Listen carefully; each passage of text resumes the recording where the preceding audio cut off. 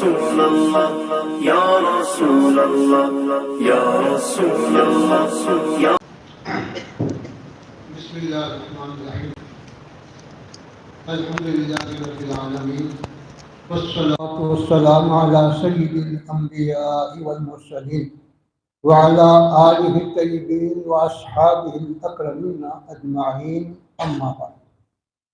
عزیز طلبہ اور اساتذہ کرام سامعین، ابھی آپ مولانا محمد سیف اللہ صاحب سے اور مولانا سید صغیر احمد صاحب سے بخاری شریف کتاب اور اس کے مؤلف حضرت امام بخاری کے بارے میں اور جامعہ کے علم حدیث میں خدمات کے بارے میں تفصیل سے سماعت فرمایا۔ اب آپ یہاں پر ابھی جیسا کہ ہمارے طالب علم نے پڑھا کہ بدعتیں بری چیز کیا ہے، بدعت ہے شر الامور محدثہ، یہ پڑھا، لیکن آپ اس بات کو اچھی طرح سے جانتے ہیں کہ بدعت کی دو قسمیں ہیں، بدعت حسنہ، بدعت سیئہ، یہ تو علم والے جانتے ہیں۔ اب اس کی علمی تحقیق اور علمی بحث میں گئے بغیر آپ اس بات کو ابھی جیسے سماعت فرمائے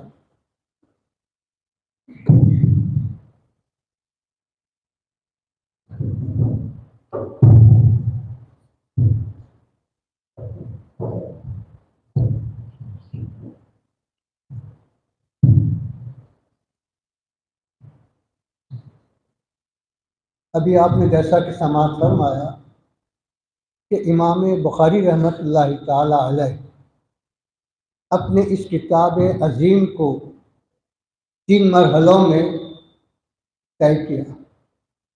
سب سے پہلے اس کا مسودہ بنایا، پھر اس کے بعد اس کا مبیضہ کیا، پھر اس کے بعد ترتیب ابواب قائم کی۔ یہ کام کہیں بھی ہو سکتا، اس کے لیے کوئی جگہ کی تخصیص، کہ وقت کی تخصیص تو شریعت میں نہیں بتلائی گئی کہ فلاں جگہ ہی کرنا، فلاں وقت ہی کرنا، ایسا تو نہیں بتلایا۔ یہ امام بخاری یہ جانتے ہوئے بھی انہوں نے مدینہ پاک کا انتخاب کیا، پھر مدینہ پاک میں بھی روضہ اقدس کے قربت کا انتخاب کیا، جبکہ دیگر اور محدثین، دیگر صحابہ اور دیگر تابعین کے پاس یہ چیز نہیں ملتی کہ ایسا انہوں نے عمل کیا۔ تو اس سے امام بخاری کتاب بخاری لکھنے سے پہلے ہی اپنا عقیدہ ظاہر کر رہے ہیں کہ میں سنی ہوں، سنی ہوں۔ اس وجہ سے جو ہے استبراق بالآثار ہمارا مذہب ہے، آثار مبارک سے برکت حاصل کرنا یہ ہمارا مذہب ہے۔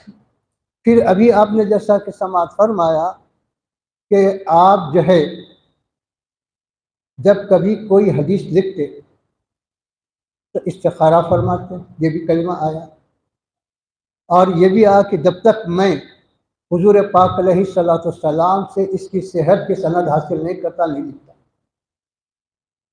تو سند لینا عالم رؤیا میں ہے یا عالم شہادہ میں؟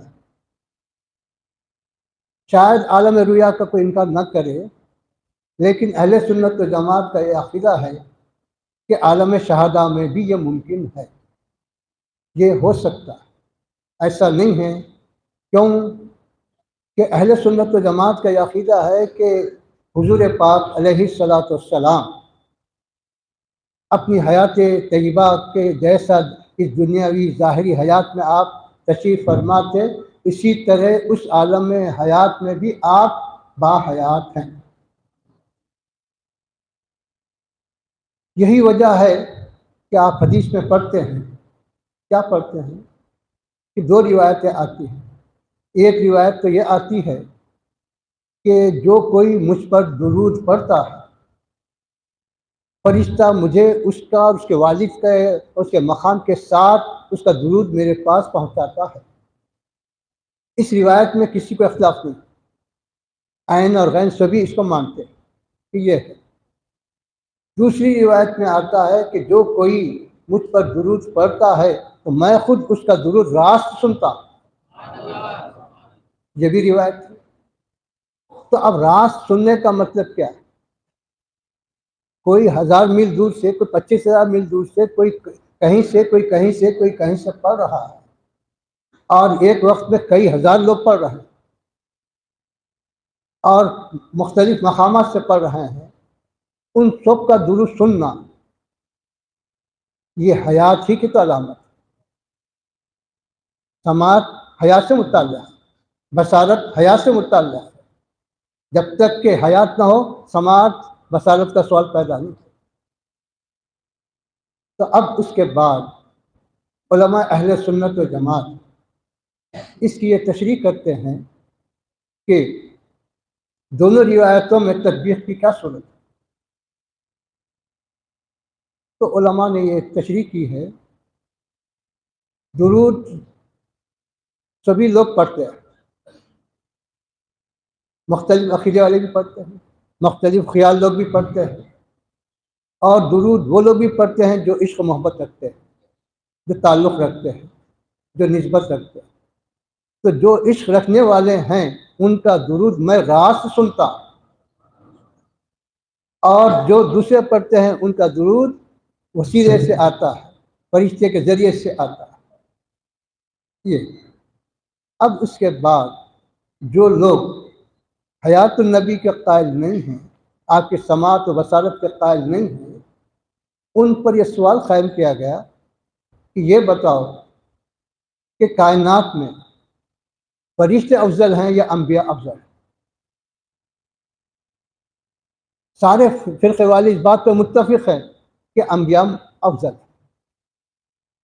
تمام کائنات میں فرشتوں سے سب سے افضل انبیاء کی جماعت. پھر انبیاء جب سب سے افضل ہیں تو انبیاء میں سب سے افضل کون؟ تو حضور پاک علیہ الصلوۃ والسلام. تو اب فرشتہ مفضول ہوا اور نبی افضل ہوئے. تو مفضول کا جب یہ علم ہے کہ وہ اپنی جگہ ٹھہر کر دنیا میں جہاں کوئی درود پڑھ رہا ہے اس کے درود کو سن رہا، نہ صرف سن رہا بلکہ اس کے نام کو بھی جان رہا، اس کے والد کے نام کو بھی جان رہا ہے، اور اس کے مقام کو بھی جان رہا ہے، اور اس کو آپ کی خدمت میں پیش کر رہا ہے. تو یہاں کیوں اشکال نہیں ہو رہا کہ مخلوق علم غیب کیسا؟ کہ فرشتہ مخلوق نہیں ہے؟ جب فرشتہ بھی مخلوق ہے اور مخلوق میں بھی مفضول ہے تو مخلوق ہونے مفضول ہونے کے بعد اس کو جب یہ علم ہے تو پھر افضل کو کیوں علم نہیں ہو سکتا؟ افضل کا علم کیوں کم ہو سکتا ہے؟ یہ تو اس طرح سے میرے بزرگوں اور دوستوں، سب سے پہلے جو ہے امام بخاری رحمۃ اللہ علیہ اپنی نسبت کو بتلا رہے، اپنے عقیدے کو بتلا رہے کتاب لکھنے سے پہلے. پھر اسی طرح اگر امام بخاری کے پاس حضور پاک علیہ الصلوۃ والسلام کی حیات ثابت نہیں ہوتی تو وہاں آپ روضہ اقدس پہ بیٹھ کے ترتیب دینے کی ضرورت محسوس نہیں کرتے. پھر بالمشافہ یا عالم رویا کے ذریعے استفادہ کی خواہش نہیں کرتے. تو یہ خود بتلا رہے ہیں کہ میں حضور پاک علیہ الصلوۃ والسلام کو باحیات مانتا ہوں. یہ عقیدہ. اور اسی واسطے یہ سارے اب رہا یہ کہاں لکھے، لکھنے کی یہ چیزیں لکھنے کی ضرورت نہیں ہے. عمل کوئی چیز بولنے سے ثابت ہوتی تو کوئی چیز عمل سے ثابت ہوتی. اب جتنے عملی احادیث ہیں اگر وہاں کوئی پوچھے کہ اس کے بارے میں قول کیا ہے تو ہر ایک کہے گا کہ بیوقوف ہے، عمل سے جب ثابت ہے تو قول کی کیا ضرورت ہے؟ ہاں یہ بول کہ اس عمل کا انکار قول سے ہو رہا ہے تو جب اعتراض کرتے کہ قول اور فعل میں تضاد ہے تو کس کو ترجیح؟ لیکن فعل جب عمل کا فعل جو ہے تو قول کے مخالف نہیں ہے اور اس کے خلاف میں کوئی قول نہیں ہے تو وہ قول اور وہ فعل یہ دونوں میں جب تضاد نہیں ہے تو وہ عمل قابل حجت ہے، اس کو دلیل کے طور پہ مانا جائے۔ یہ تو اسی طرح میرے بزرگوں اور دوستوں، آپ جانتے ہیں کہ امام بخاری رحمۃ اللہ علیہ ابھی جیسا آپ نے سماعت فرمایا کہ ایک حدیث لکھنے سے پہلے غسل کرتے، جو رکعت نفل پڑھتے، پھر اس کے بعد حدیث لکھتے۔ کیا آپ نے اس کبھی غور کیا کہ صحابہ یہ حدیث کا سلسلہ تو صحابہ سے شروع ہوتا ہے، تو کیا کوئی یہ کہا امام بخاری پہ کوئی اعتراض کیا کیا کہ حضرت ابوبکر سے بڑھ کے آپ ہیں کیا، حضرت عمر سے بڑھ کر ہیں، حضرت عثمان سے بڑھ کر ہیں، علی سے بڑھ کر ہیں، کبھی انہوں نے حدیث بیان کرتے نہ وضو کیا نہ غسل کیا نہ نماز پڑھی، آپ جو ہے یہ عمل کیوں کیا؟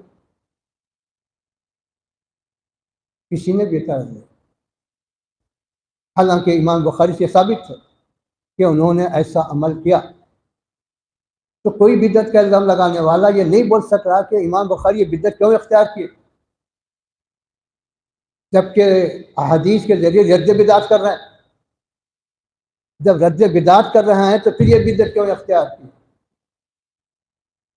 تو امام بخاری بتا رہے ہیں کہ سنو، اپنے عمل سے بتا رہے ہیں تعظیم کی کوئی حد نہیں ہے،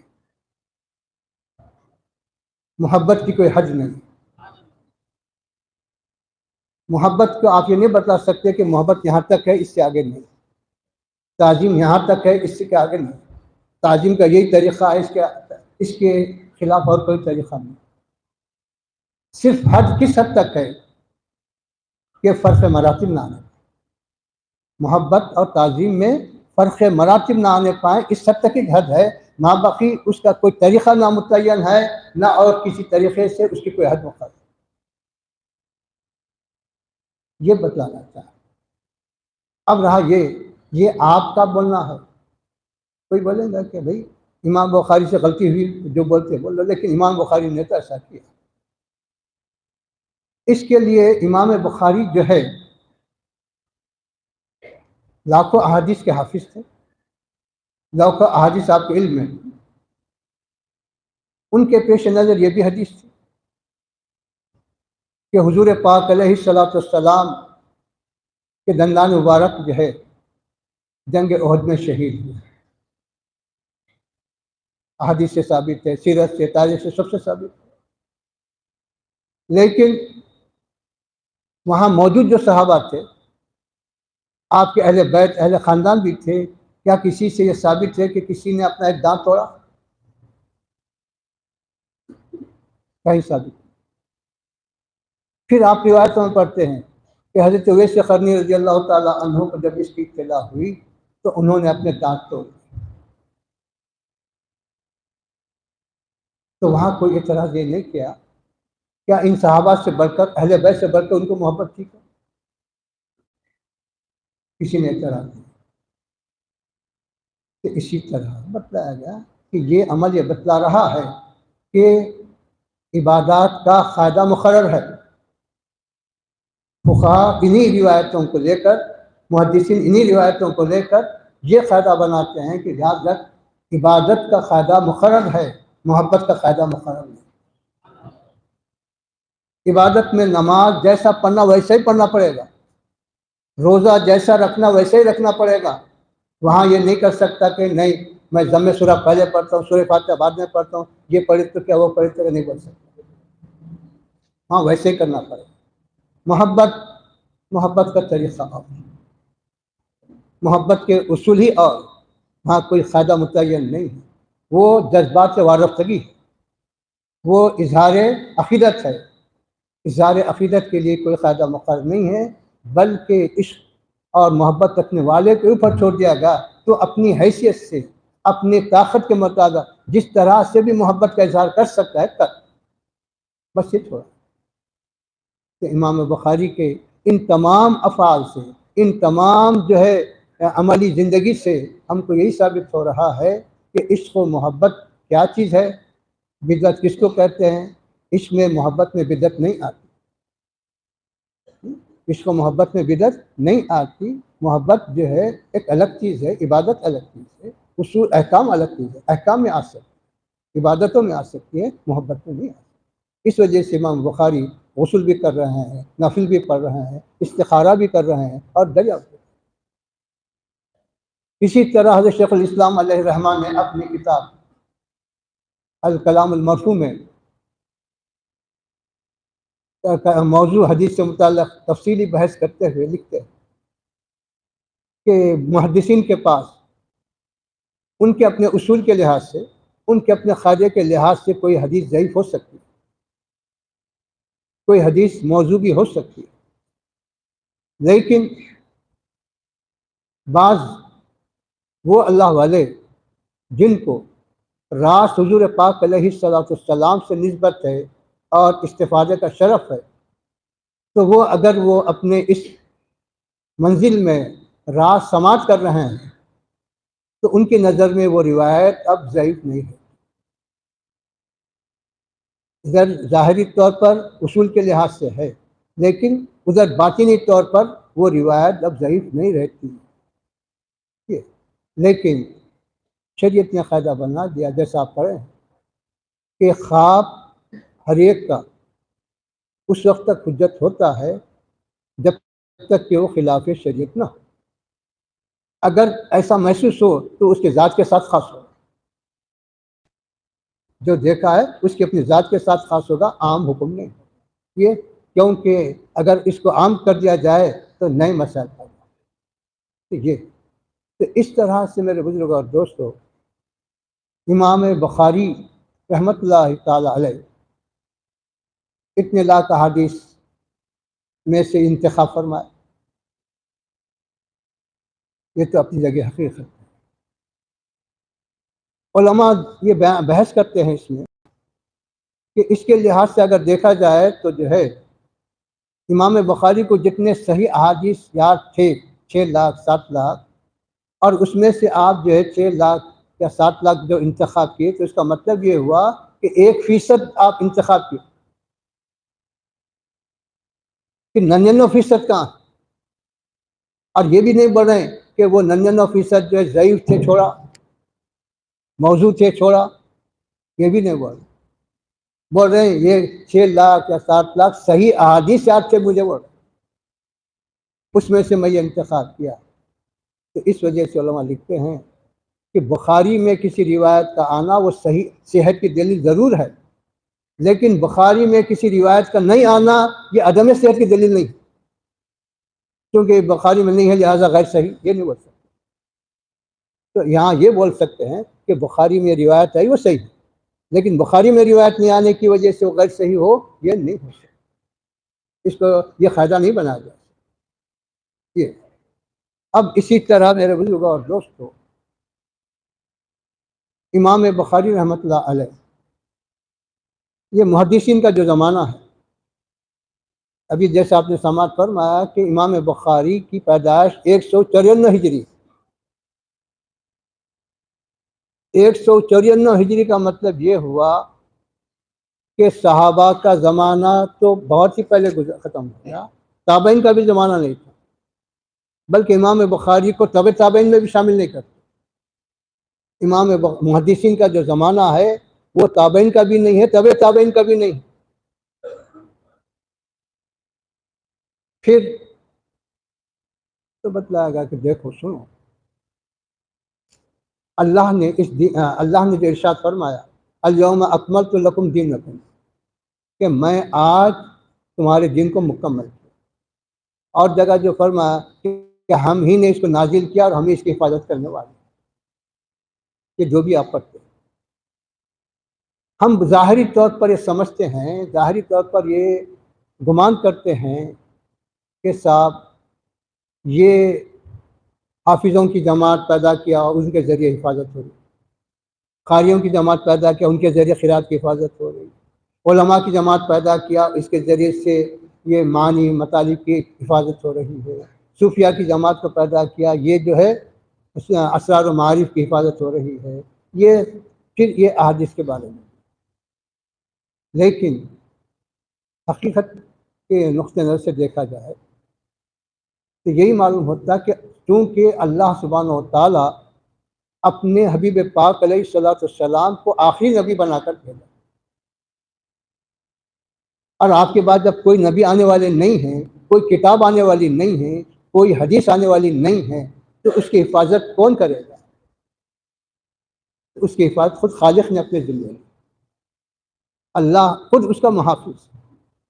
اب اسباب کے طور پر یہ جماعتوں کو پیدا کر رہا، قاریوں کو پیدا کر رہا، حافظوں کو پیدا کر رہا، علماء کو پیدا، یہ اسباب کے، کیونکہ خدا کی قدرت یہ ہے کہ وہ بغیر سبب کے بھی کر سکتا ہے، سبب کے ذریعے بھی کر سکتا ہے، لیکن دنیا کو بتلانے کے لیے، دنیا کے سامنے اس کو وسعت دینے کے لیے سبب پہ اختیار کرنا، ورنہ اس کی قدرت سبب کی محتاج نہیں ہے۔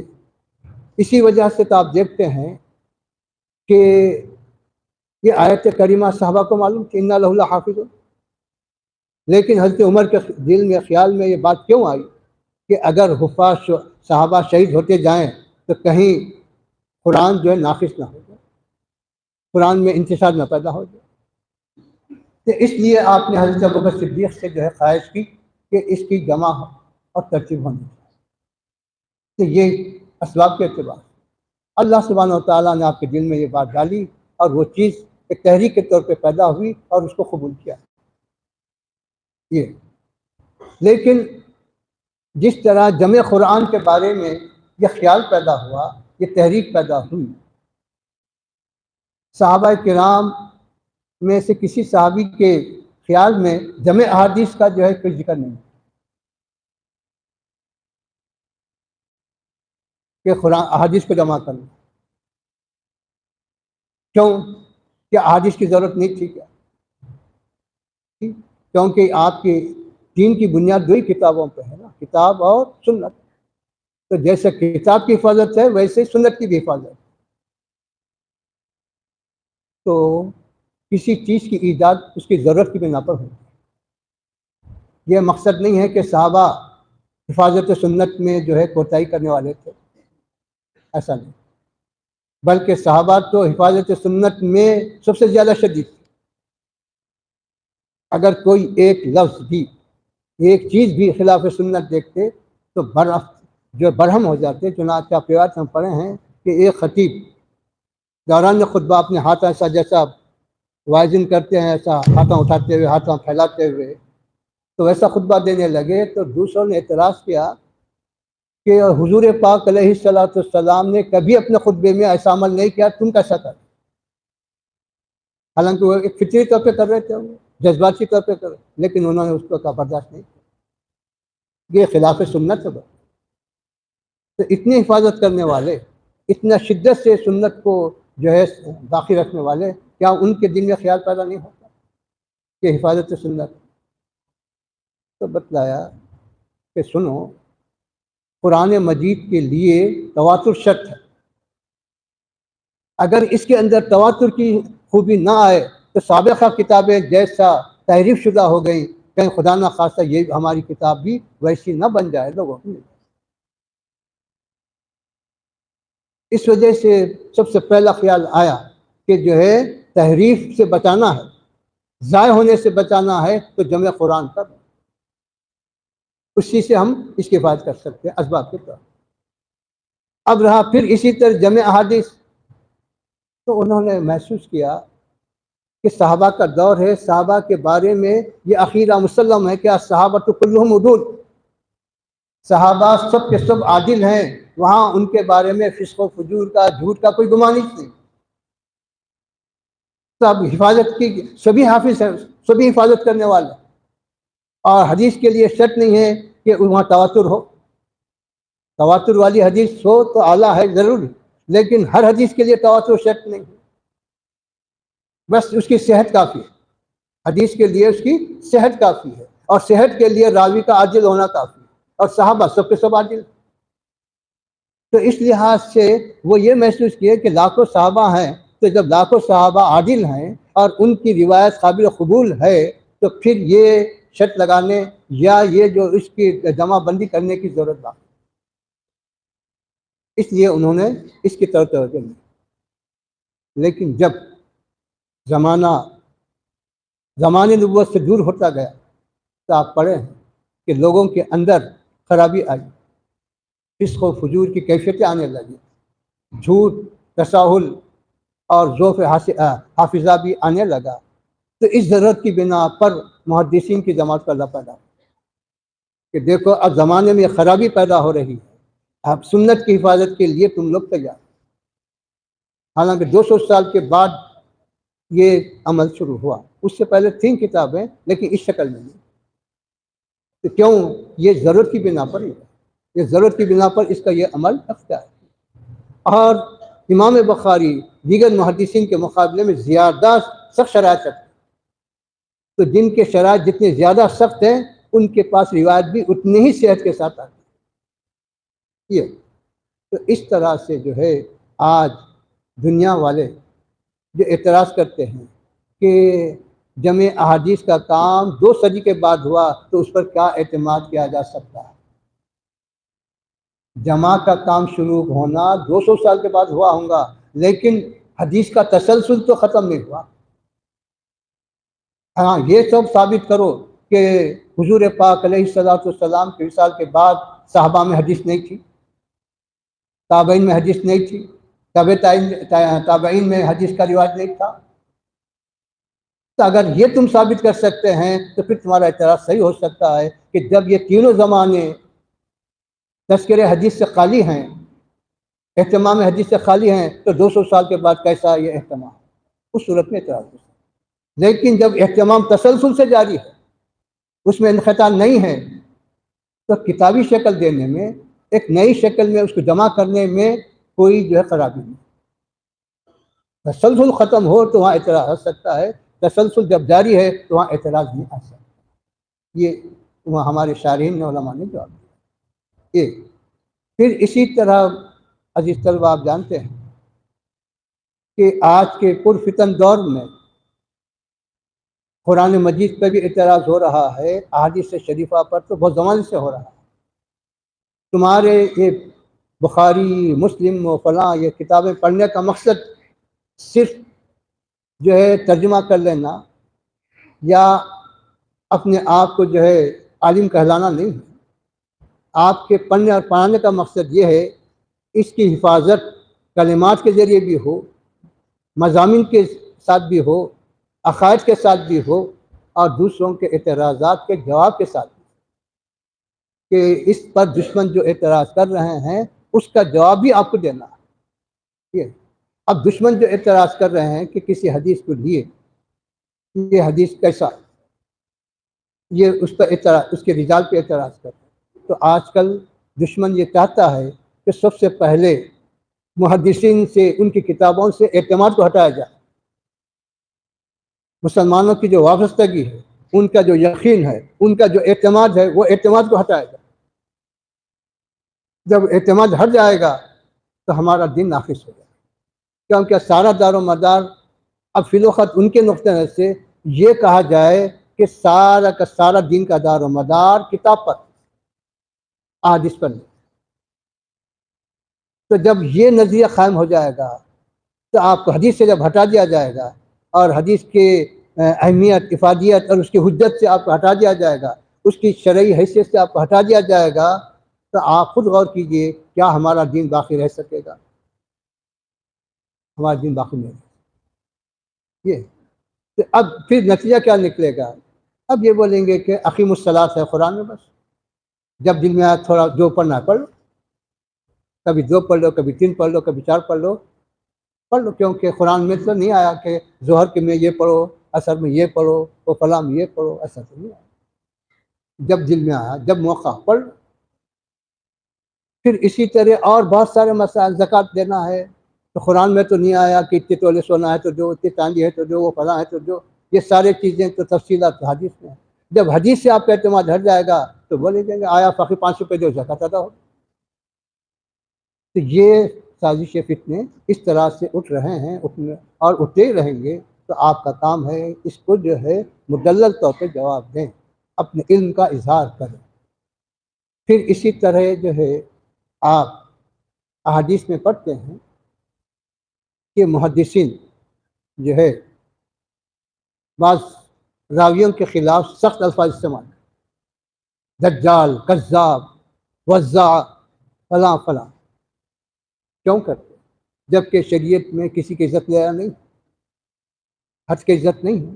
لیکن آپ پڑھے ہیں کہ جہاں جس آدمی سے دین میں بگاڑ اور فساد آتا ہے اس کا احترام نہیں کیا جاتا. اگر اس کا احترام کیا جائے گا تو دین کا احترام ختم ہوگا. پہلے دین ہے تو سب بعد میں سب. تو اس وجہ سے دین کی عظمت کو باقی رکھنا ہے. وہاں شخصیت سے بحث نہیں کر رہے ہیں، محدثین شخصیت سے بحث نہیں کر رہے ہیں، دین کی حفاظت کے خاطر، دین کی عظمت کے خاطر بتلا رہے ہیں کہ یہ جھوٹا ہے، اس کی بات مت سنو، یہ کذاب ہے، اس کی روایت قبول مت کرو، یہ جو ہے وضاع ہے، اس کی طرف توجہ مت کرو. یہ کیوں بول رہے ہیں؟ اپنی ذات کے لیے نہیں، اپنے فائدے کے لیے نہیں، اپنے مقصد کے لیے نہیں، دین کے حفاظت. یہ تو اس طرح سے محدثین کا جو طریقہ ہے، محدثین کے جو اصول ہیں، اور وہ سب کے سب بنیادی طور پر شریعت کے مطابق ہیں. کوئی خلاف شریعت انہوں نے کوئی قاعدہ نہیں بنایا، کوئی انہوں نے خلاف شریعت کوئی اصول نہیں بنایا، اور کوئی بھی خلاف شریعت انہوں نے شرائط نہیں لگائی. یہ ہے. اب رہا یہ آج آپ کی آخری جو حدیث آپ نے ابھی پڑھی، تو یہ کتاب التوحید ہے، سب سے آخر میں کتاب التوحید. آپ پڑھ چکے ہیں کہ سب سے پہلے جو ہے باب بدء الوحی پڑھے آپ.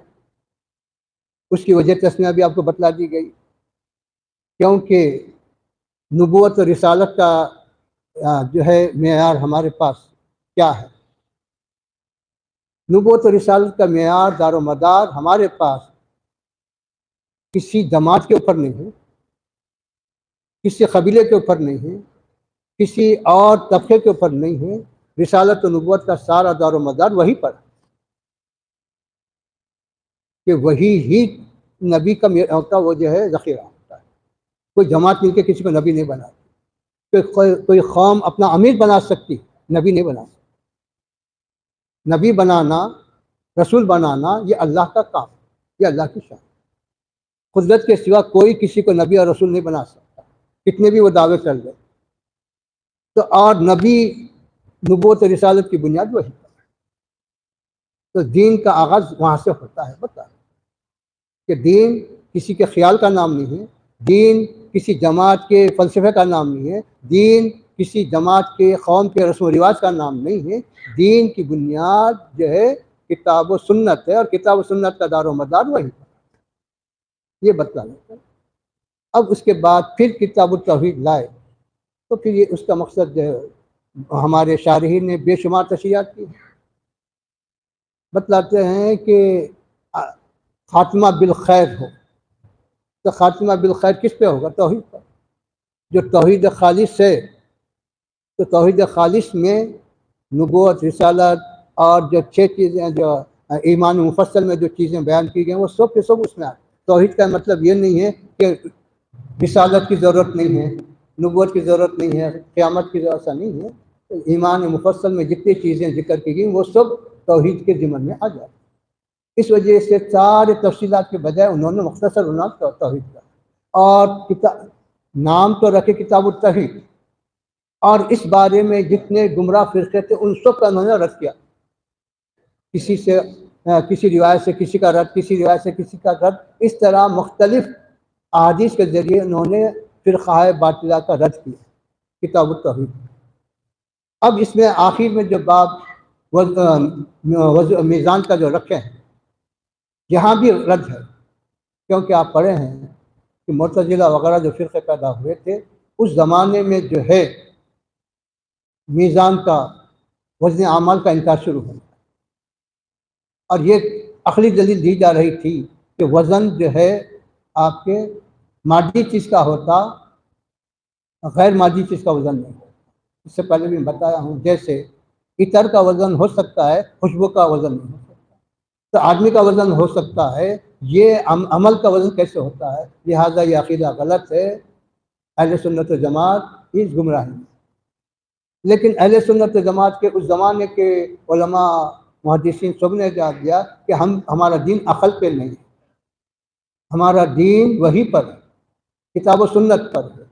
تو وہ ایمان کا مطلب یہ ہے کہ ہم جو بات ہماری عقل میں آئے اس کو بھی ماننا، اور جو بات ہماری عقل میں نہ آئے اس کو بھی ماننا، یہ ایمان۔ یہ نہیں ہے کہ ہماری عقل میں آتا ہے تو ہم مانیں گے، ہماری عقل میں نہیں آتا تو نہیں مانیں گے، یہ ایمان نہیں، اس کو ایمان نہیں۔ بس جیسا کہ آپ نے حضرت ابوبکر صدیق رضی اللہ تعالیٰ عنہ کا واقعہ سنا کہ جب حضور پاک علیہ الصلوۃ والسلام معراج تشریف لے گئے کہ بیت المقدس بھی گئے، آسمانوں پہ بھی تشریف لے گئے، عرش مولا پر تشریف لے گئے، پھر آپ تشریف لائے، تو ایک عقلی اعتبار سے، ایک مادی اسباب کے اعتبار سے ایک مختصر سے وقت میں اتنا طویل سفر ناممکن۔ تو منافقوں کو موقع ملا کہ آج ہم حضور پاک علیہ الصلوۃ والسلام کے خلاف ہتھیار کے طور پر اس کو بنا سکتے۔ تو سب سے پہلے انہوں نے حضرت ابوبکر صدیق سے کہا کہ اے ابوبکر صدیق، اے ابوبکر، کیا تم نے سنا ہے کہ تمہارے صاحب کیا کہہ رہے ہیں؟ آپ نے کہا کیا؟ تو وہ کہہ رہے ہیں کہ رات کے کچھ حصے میں جو ہے مسجد اقصیٰ بھی گئے، آسمانوں پہ بھی گئے، عرش پر بھی گئے، پھر واپس بھی آ گئے، کیا یہ ہو سکتا ہے؟ حضرت ابوبکر صدیق نے یہ نہیں کہا اچھا میں تحقیق کروں گا، میں معلوم کروں گا، یہ نہیں، یہی کہا اگر یہ بات میرے حضور نے فرمائی ہے تو وہ سچ ہے، میں اس پر ایمان رکھتا ہوں۔ اب کیا بول سکتے؟ ہاں عقل کے اعتبار سے نہیں ہو سکتا، نہیں بولے، اسباب کے اعتبار سے نہیں ہو سکتا، نہیں بولے، کیونکہ انہوں نے یہ اپنا عقیدہ ہے کہ دنیاوی اسباب کے اعتبار سے جو چیز تمہارے لیے ناممکن ہے وہ نبی کے لیے ممکن ہے۔ معجزہ کہتے تھے اس کو کہ ناممکن اور ممکن تمہارے اپنے اختیارات کے لحاظ، تمہاری اپنی قدرت کے لحاظ سے ہو سکتا ہے، لیکن نبی کے، جب ولی کے لیے جو چیز تمہارے لیے ناممکن ہے ولی کے لیے ممکن ہے تو پھر نبی کے لیے کیسا نہیں ہو سکتا؟ یہ بتتا ہے۔ تو یہ ایمان اسی کو دیتا ہے۔ لیکن اب تو آپ سائنس کے ذریعے معلوم کر رہے ہیں کہ غیر مادی چیز کا بھی وزن ہو سکتا ہے، تو سائنس اور پختہ کر دیا عقیدے کو، یہ تو اس لحاظ سے اس کا رد ہو رہا ہے۔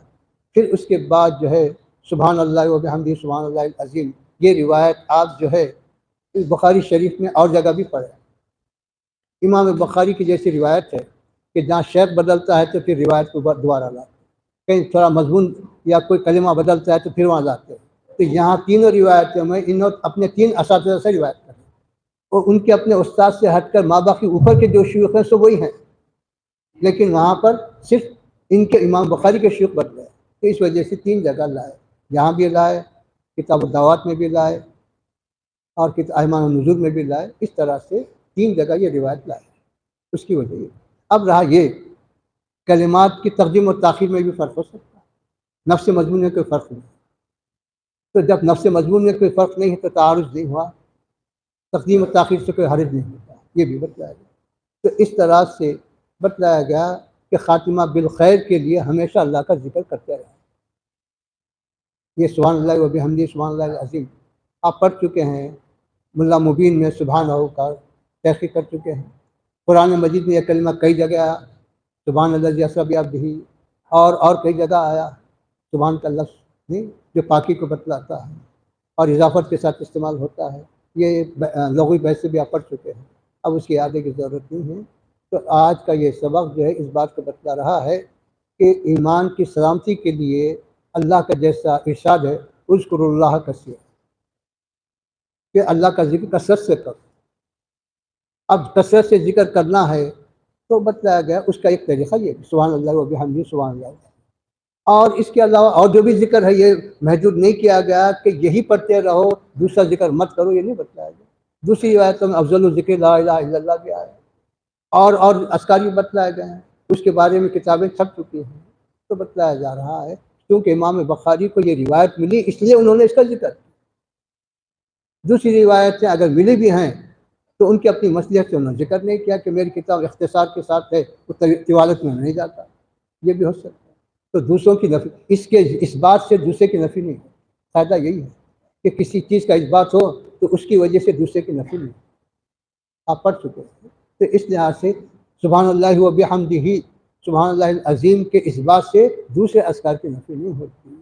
تو یہ ہے، اب ذکر کے مختلف طریقے بتلا گئے، جو بھی آپ کو سہولت ہے، جو بھی آپ کو پسند ہے، یا جس چیز کو بھی آپ اپنی سہولت سے اختیار کر سکتے ہیں، لیکن یہ حکم الہی کے اطاعت میں اس کی مطابقت میں ہے کہ اللہ کو ذکر کرنا یہ مقبولیت کی علامت ہے اور یہ خاتمہ بالخیر ہونے کی ایک علامت ہے۔